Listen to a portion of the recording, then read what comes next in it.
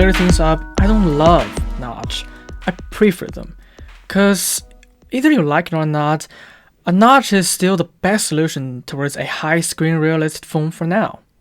Ever since Apple introduced the iPhone X, notch has almost invaded every smartphone on this planet. Everybody's talking about how obnoxious they are, how they're being a sore thumb, and you know what? They're right. A notch is nowhere near pleasant looking. But we also need to confront the fact that notch may be the best design that any manufacturer can offer. And when I say best, I mean a design that can serve in aesthetics as well as in practicability. Okay, let's take a look at what options we have if we don't want a notch. We have elevating cameras, we have sliding phones, we even have phones with 2 screens. And notch, at least I think so, is better than all of them. The reason is simple. They sacrifice too much. With any of those designs, it's almost impossible to make a great flagship phone. It's hard to make the phone slim and premium. It's hard to fit in a big battery, and the thermal can have issues, and there's little room for good front or back facing cameras.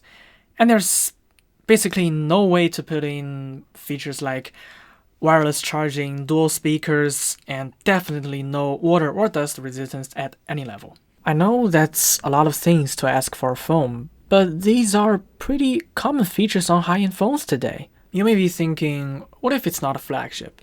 We don't need all these things on a low-end phone, right? Well, the thing is, only flagships have enough budget to support these fancy mechanisms. And all this cost doesn't really transfer to good practical using experience. So my point is, before we can hide cameras and all the other sensors under the display, a notch is the best all-round design that everybody can offer if you want a full-screen display. And we begin to see screens with holes punched through. Samsung S10 is very likely to adopt this design, which I think is essentially the same as notch, just smaller and less intrusive.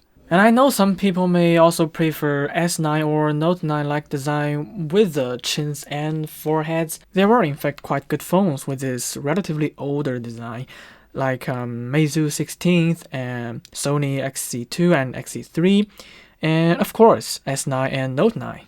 It is still a good solution, but the problem is, with this design, unless you're putting front-facing dual speakers, the chain still gets kinda wasted.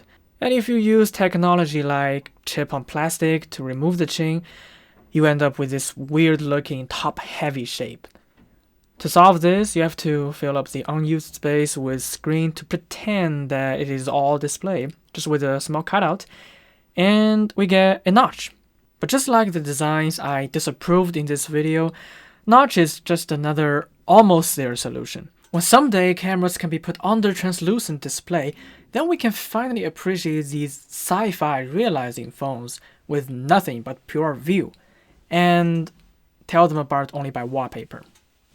So that's it for this video, and I'll see you guys in the next one.